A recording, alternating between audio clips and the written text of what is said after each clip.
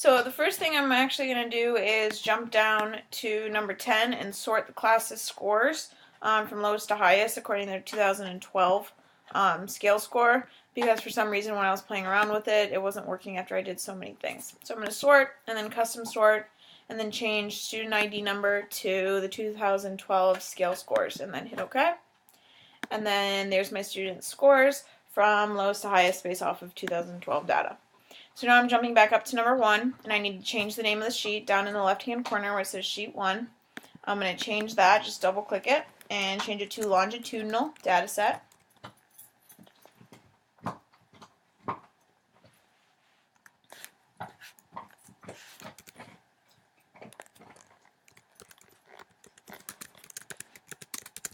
And then I'm going to copy that right now because it jumps into number 2 of what I'm supposed to be doing. So I'm going to Command-C for copy. And then up in the number 1 cell, I'm just going to right-click and insert so that I can put a customized header. And then just right-click paste or Command-V for paste. And then I'm going to put the rest of the customized header, which is Mount Union Schools 2012 to 2016 OAA scores. And then I'm going to center this because when I print it off, I like the title to be in the center of the page. Kind of stands out a little bit better. So that's that. Perfect. So that's part 1 and part 2. And then I'm going to go to number 3, and I'm going to go to page layout, and you go up to view. And then right now it's in normal, but we're going to go to page layout. And this helps with how many pages your data sheet is going to be, because it's a lot easier to read data and compare students based off of just looking at one piece of paper instead of flipping through pages, which is nice. So then after that, I'm going to go to section number 4 and insert a sheet. So go down to the left-hand corner again, and then hit the plus button where you add a sheet. And I'm going to title this sheet Performance Level Scores. And then after I title that, I'm going to go back to the web and copy and paste the performance level scales that we were given. Just right-click copy, and then go back, and then on that performance level scores sheet, right-click paste. And this is nice because it's already set into the data cells for us. So now we're going to go back to the longitudinal data set, and I'm going to calculate each class's mean scores, their averages. So all you have to do is highlight the year scores of each student, and then in the bottom right hand corner it actually gives you the average, and there's different choices you can have, and it's already clicked on average is what we need. And then a kind of tool for this is when you enter the score into the yellow box, do this single quotation mark with the number of the average, which what we found was 425.2. And then now I'm just going to do this for each year, again highlighting the year scores, and it gives you the average in the bottom corner. And this year was 426.6. Okay, and then 2004 was 427.96. And then for 2015, 426.56. And 2016,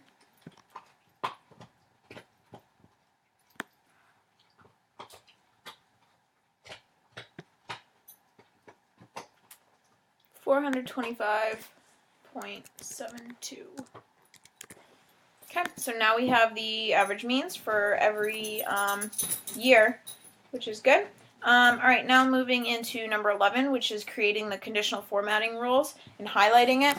So what I like to do, and what I've been taught through teaching and data spreadsheets, is I'm going to highlight all the scores that we have, and I go under Format, Conditional Formatting.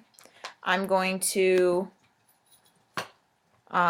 keep this as current selection, hit OK.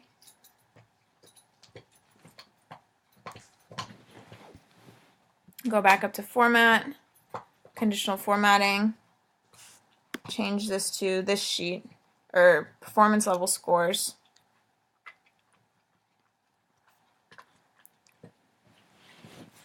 Let's try this sheet.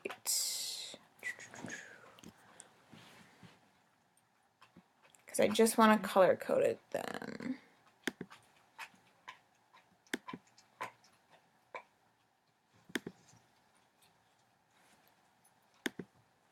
Oh, there we go. All you had to do was hit the plus button and then go up to Style and then Classic.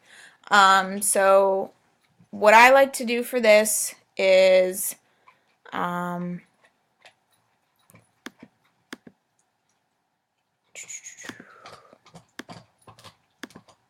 format only top or bottom ranked values. Oh, format scales only contained. Let's go back up to 2 color scale and then 3 color scale. Now let's see what Classic gives us again. Because I want to go from, oh, here we go. You click cell value. That gives you the between. Sorry, it's been a while since I've done this. So our lowest scores for limited was 290. So we want to go 290 to 380. And then how I'm going to color code mine is a little bit different. So I'm going to custom format. And I like all of the text to still be black, but then I'm going to fill it in as a dark red because that's limited. So that's, you know, cautious there. And then just hit OK again. And then keep it highlighted. And then you just do the same thing. Conditional formatting. Current selection. Oops. Formatting, conditional. Oh, sorry, the plus button again. And then Classic.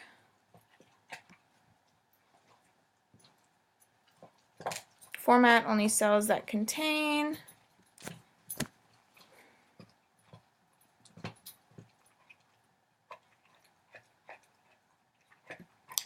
Sorry, use.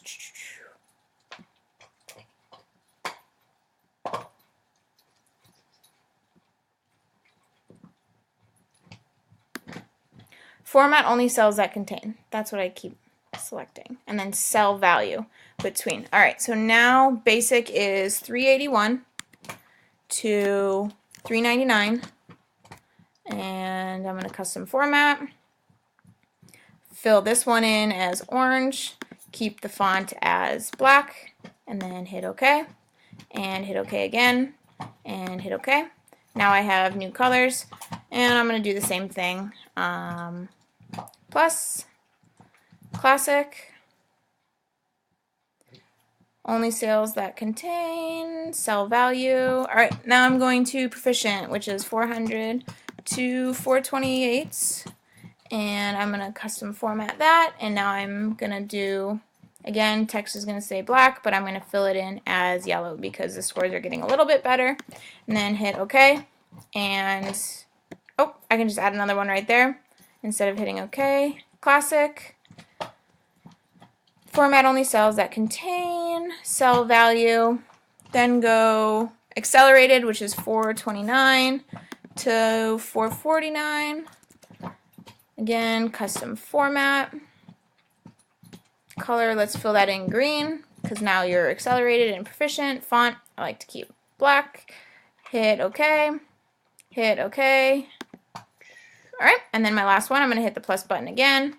I'm going to go over, hit Classic, hit format only cells that contain, cell value, and then finally advanced is 450, and then I know nobody scored 600, but I'm going to put it there just so I get everybody that's included. And then custom format, font is going to stay black, and then I'm going to fill that in as blue. And then hit OK, and then OK, and then now I can finally hit OK again, and now everybody is color-coded into what they are. So now I'm going to go actually back up to number 9. I forgot to do the spark lines, but now everybody's color-coded based off of the scores, so you can kind of see that a very good visual of what each person fell under.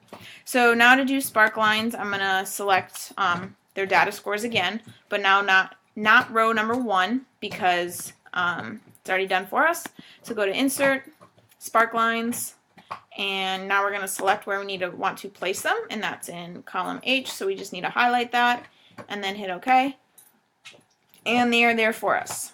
So now I'm going to go to number 12, and I'm going to highlight 5 students in green. And for green is the accelerated. And I'm going to state my rationale for identifying each student. So I'm going to select this one in student number 15. Why I selected this is because in 2014, this student was accelerated, but in the previous 2 years and the future 2 years that he took this, he was only considered proficient. So it's weird how you see in 2012 it's yellow, yellow, now it's green, and then he fell back down. And those scores are only like 1 point away in 2015 and 2016. So I'd be curious about how he got that. Another one would be child number 3, because he's green, green, green, green, and then he fell down. And it was a significant score decrease that he's down to 417, and he's only proficient when he used to be accelerated. Again, with student number 6, even though they're gifted, he had advanced for 3 years in a row, and now he dropped down, and he dropped down about 11 points. So that's, again, a significant drop down, and then he went down again about 9 points. So that's not really a huge improvement, and I know it's difficult for when you're already in advanced. It's hard to go up again. So that was interesting to see. And then this one here too, number 9, how was he advanced, and then accelerated, and then advanced. So those trends are quite interesting to see. Now with child number 19, that's really good. It's like a perfect trend. He's increasing, by a steady 1 point here, and then 2 points, and then a huge jump of 10, and then, still increasing by 4, so that's another green one. So those were the 5 students that I'm going to select. And then 13, 2 overall class trends that I see. Really, for 2012, you had very few in red, only 2 in orange, a good handful in yellow, green, and blue, which is awesome. And I think that consistency shows through 2013. But you also lose a person in red, which is really what you want. So that child number 18, he finally went into orange. Now the next year it's not so good there, but at least that had jumped to 2013. His score went up, so that's good. And then you have a yellow student who went up to green. But this child right here, the green to the yellow, wasn't too good. Now, another trend for 2016, child number 16, you see that, he jumped down to orange, and the data is kind of all sporadic. Sorry, I'm kind of running out of time here, but, 2016 trend, I would definitely question that, of why the scores were all sporadic throughout that. Now, a few cool tricks, I'm going to show 2. So, one to find, say if we had names in here, is just Control F, and then you get to type in whatever you want. So, if we want to find student number 24, we're just going to type in 24, and then hit Find Next, and then it'll automatically highlight all the way to the left, student 14. Student 24, which is in column 8 of cell 8. So that was that one trick. So I'm going to close out of this. And then another one is, if you want to get a graph, you select the data you want to see, and then you insert chart, and then, let's do a column 1, and then clustered column, which is nice. It'll actually pop up with a lot of different sheets, but say maybe you only wanted to compare 2 years. Sorry, it's slow to load, but then you can see kind of how they are going up and down. And this is kid-friendly, definitely, and we can edit this if we had more time, but it's definitely kid-friendly to print out and show a kid how they're increasing and decreasing rather than our color coding. So that's really cool for them. And those were my 2 tricks. Thank you.